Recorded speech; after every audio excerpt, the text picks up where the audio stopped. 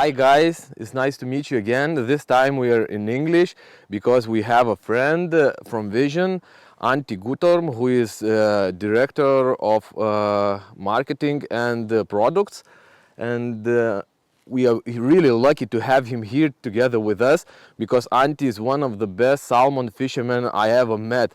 He is fishing for salmon from 3 years old and had caught most of the salmon on this planet. So we decided to make a short interview and to ask few questions, especially for those new ones who are trying to get into salmon fishing and to learn the tactics and the approach to new pool and new rivers. Hi, Antti. Hi.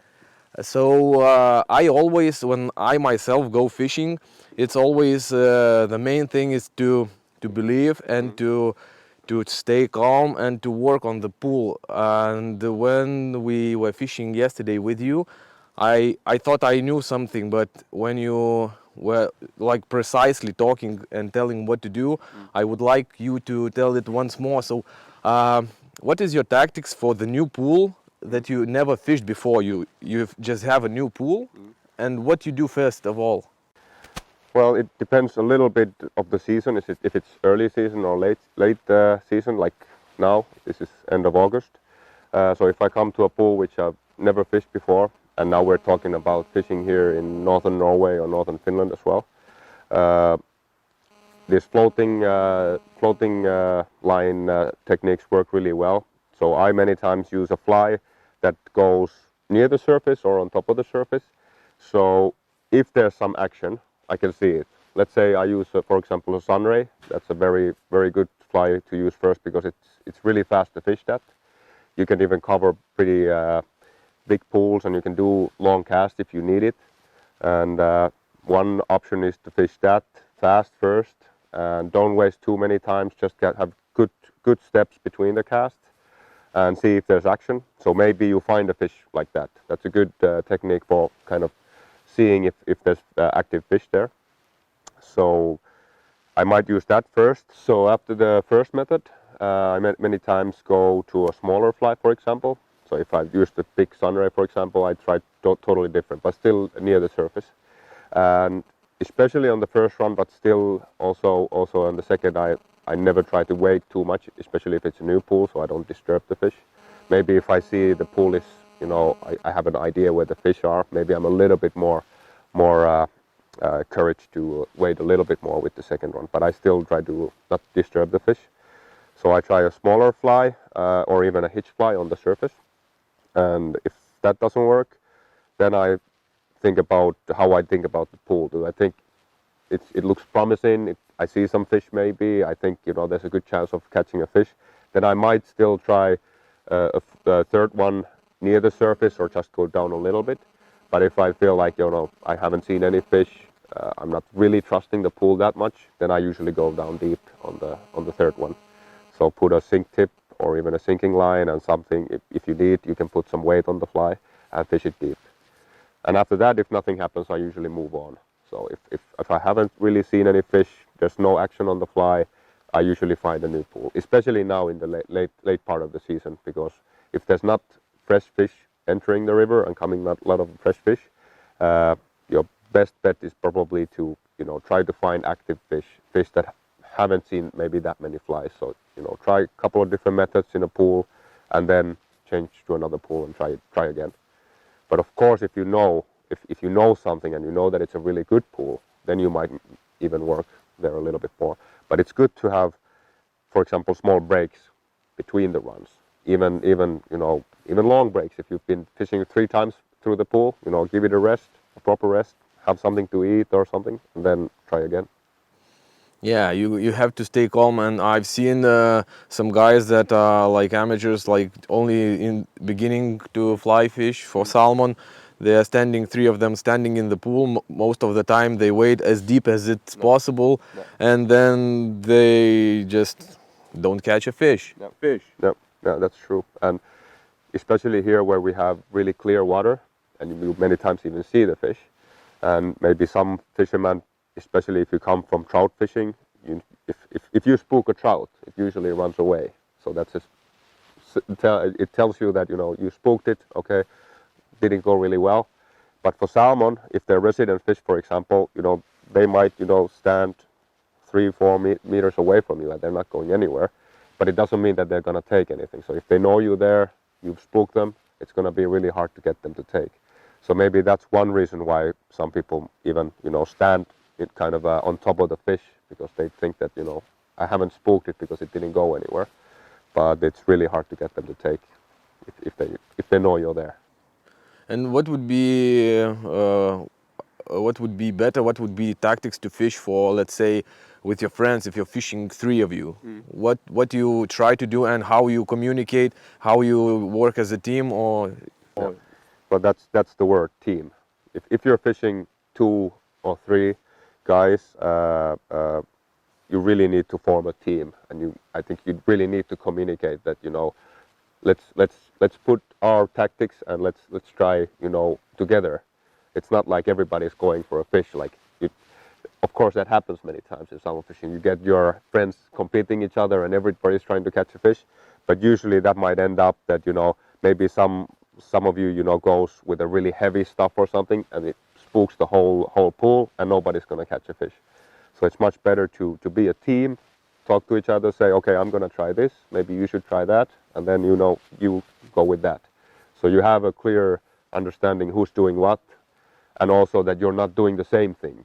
If you're fishing for resident fish like we are now, and everybody's doing the same thing, after a run,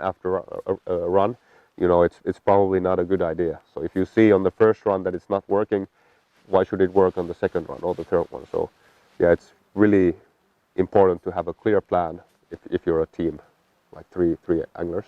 Yeah, sounds nice. And what about the rising fish?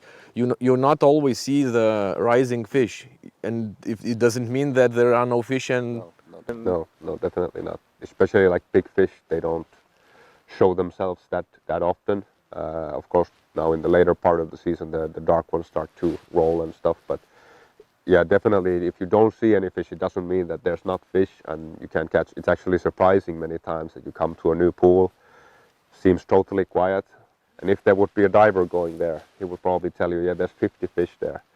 But yeah, that's true. And actually, sometimes even if you see fish like jumping and rolling a lot, it might be even because they're a little bit disturbed by you fishing and slamming the line on top of them and maybe wading too close. So yeah, it's not a sign that there's not fish. But of course, if you go to a new place, to a new pool, you don't know anything about that pool, and you don't see anything for 3 hours, for example, you might not have that much faith on that pool. So if you see something, of course, that gives you a little bit faith that, okay, I can see a fish now, I have new vibes, and I think I can catch one. But yeah. I know that you spent a lot of time here in North in Finnmark, and you told us that you earlier you just were fishing a whole season, just come for a few months and live in a tent and fishing for salmon for a few months. Yes. So what is the main thing? Of course, you're waiting for fresh fish to enter the pool. When does it enter the river, and when does it enter, and when the best time for meeting and fishing fresh fish? Well, now it's again a little bit about, first of all, the river. What part of the river are you fishing? Are you fishing the lower parts or the upper parts? What time of the season, obviously. But fresh fish, they obviously come with the tides many times. So, we have high tide and low tide, and usually the fish enter with the high tide. And it's good if the tides are big. So if it really goes, high when it's a new moon or a full moon, usually the tides are the biggest. So those are good times. And many times if you hit it that, for example, now it's been quite low water here. So like the perfect scenario would be that you hit when it's high tides, and also there's maybe a little bit of rain, and the water level rises a little bit. So even now in the later part of the season, we might have some fresh fish coming in. But there has been now a little bit of fresh fish also. We see some bright ones, even a couple of being caught. And grills especially, you know, there's still grills running into the rivers even now in end of August. You had full box of dry flies. Some of them were like traditional trout flies. Yeah. When do you think dry flies are best? How do you decide this? When to fish with a dry fly more? Well, it's water temperature and also what time of the season again. So if I say some generalizations, I would say that to the later part of the season, dry flies works better and better all the time. And also when the water temperature is, let's say, over 10 degrees, like perfect would be like between, I don't know, 10 and maybe 15 degrees. But we have caught dry flies, fish on a dry fly even, you know, in colder temperatures, in the middle of the night, even in rain. But of course, that's not the best time to use it. So sun might be good, high pressure. So those are the situations. Also about the pool, you know, if it's really, of course, if it's a lot of white water, a fast-moving pool, that's not necessarily the best place for a dry fly. They might work there, but you're looking for these little bit smoother surfaces, outflows, stuff like that. And they're really good for dry flies. Okay, well, I believe that we could talk for hours and hours because you have a lot to tell and I have a lot to ask. But we have to be quite short. And the last one is like, let's say you are traveling to that kind of river. It's a quite big river for the first time. And when you're going to the pool, what type of gear, how many rods you usually carry, and what are the setups Yeah. for that? I usually always carry 2 rods with me, just in case one breaks. You're gonna have a spare one, but also you can have 2 different lines or different kind of flies on it. So usually on these rivers, I have a single-handed rod and a 2-handed rod. Maybe early season, like if I'm fishing in June, I have probably 2-handed rods. But now I'm carrying a single-hander and a double-hander. And with the single-handed rod, I usually only use floating lines. So if I'm fishing dry flies, hitch flies, maybe stripping the sunray or some other flies really fast, I'm using the single-handed rod. It's just more accurate and more agile. But for covering big pools, and if you have some trees behind you, you need to do spey casting, the 2-handed rod is a better option. And with that, I also use floating lines, but if I need to go down deep, use sinking lines or sink tips, then I use the double-handed rod. 3 flies that you would take if you had to choose only 3 for fishing. Well, first of all, you could actually cover probably with 3. I would like to take a 4th one, but 3. Okay, 4. Okay, 4. 4. Yeah. Then I would say, obviously, what has been working also now is sunray. You know, probably all salmon fishing has some kind of a sunray in their box. That's a good fly to have. I would take something smaller. It can be a small tube fly. It can be a double hook fly. Doesn't necessarily matter that much which is it, but which one would you take? well, I would probably take my small black tube fly. I just call it pikkumusta. Basically, in Finnish, it just means small black fly. And it has a small cone head and just a black wing. Very simple fly. And then I would take a dry fly, bomber, size 6 for example. And if I really need to dig them from the bottom, I'll take a Francis. Okay, that's cool.